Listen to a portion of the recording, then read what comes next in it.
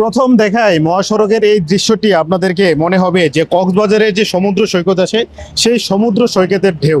তবে এটি কিন্তু কক্সবাজারের সেই সমুদ্র সৈকতের ঢেউ নয়, গাজীপুরের চান্দনা চৌরাস্তা থেকে অর্থাৎ ঢাকাগামী যে মহাসড়ক রয়েছে, গাজীপুরের চান্দনা চৌরাস্তা থেকে ঢাকা ময়মনসিংহ মহাসড়কের এই অবস্থা। অর্থাৎ অল্প বৃষ্টিতেই কিন্তু মহাসড়কের মহাসড়কের যে সড়কটি রয়েছে সেই সড়কটি কিন্তু তলিয়ে যাচ্ছে। আমরা এই মুহূর্তে আপনাদেরকে দেখানোর চেষ্টা করছি যে গাজীপুরের চৌরাস্তা থেকে বাইপাসের যে সড়কটি রয়েছে সেই সড়কের যে অবস্থা সেটি আপনাদেরকে সরাসরি দেখানোর চেষ্টা করছি। অর্থাৎ আজকে সারাদিনই কিন্তু বৃষ্টি ছিল, তবে বৃষ্টি কিন্তু থেমে থেমে ছিল। এরপরও কিন্তু এই যে মহাসড়ক রয়েছে, বিগত 1 ঘন্টার বৃষ্টিতে কিন্তু এই মহাসড়কে প্রচুর পরিমাণ পানি জমেছে। অর্থাৎ প্রায় 2 থেকে 3 ফুট পর্যন্ত পানি কিন্তু এই মহাসড়কে জমে গিয়েছে। এর ফলে কিন্তু এই মহাসড়ক ব্যবহারকারী যে সমস্ত যানবাহন রয়েছে সেই যানবাহনগুলোতে কিন্তু বেশ ভোগান্তিতে পড়তে হয়েছে। অর্থাৎ ছোট ছোট যে গাড়িগুলো রয়েছে, প্রাইভেট কার, রিক্সা, অন্যান্য মোটরসাইকেল সহ যেই বাইকগুলো রয়েছে তাদের চলাচলে কিন্তু বেশ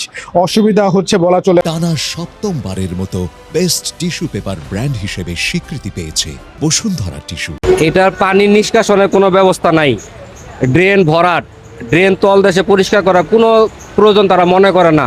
10 মিনিটের বৃষ্টিতে নিচ থেকে পানি উঠে, উপরে পানি নিচে যাবে কিভাবে? নিচের পানি উপরে উঠে রাস্তা অন্ধকার হয়ে যায়, কালো হয়ে যায়।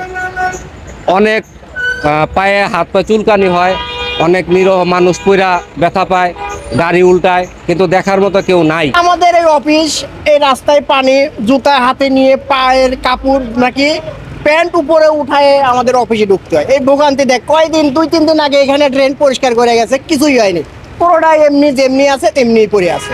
বৃষ্টি হলে পানি জমে থাকে, ড্রেন পরিষ্কার করে না।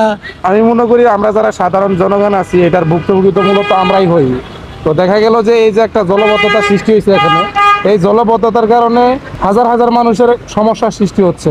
এই যে রাস্তায় জ্যাম, এখন আমি বাইক নিয়ে যে যাবো, এটা কিভাবে যাব? এখন আমি কিন্তু অনিশ্চিতই যাবো, এখানে আমি কিন্তু নিশ্চয়তা পাইতেছি না যে আমি কোথায় খাদে পড়বো না কোথায় পড়বো। তো আমি মনে করি এটার উপলক্ষে গাজীপুর সিটি কর্পোরেশনের যারা ঊর্ধ্বতন কর্মকর্তা আছে বা বর্তমানে যারা আছে তারা একটা ব্যবস্থা নিয়ে অতি দ্রুত। কক্সবাজার সমুদ্র সৈকতে আসছি, আমরা চাই যে সবসময় রাস্তাঘাট ভালো থাকুক, আমরা শ্রমিক, আমরা সবসময় ভালোভাবে চলাফেরা করতে পারি, আমরা অফিস যাইতে যান ভালোভাবে, কোনো কষ্ট না হয়, আমরা এটাই চাই। অবস্থা হয় যে গাড়ি ঘোড়ার জ্যাম, তারপর মানুষ চলাফেরা করতে অনেক সমস্যা হচ্ছে।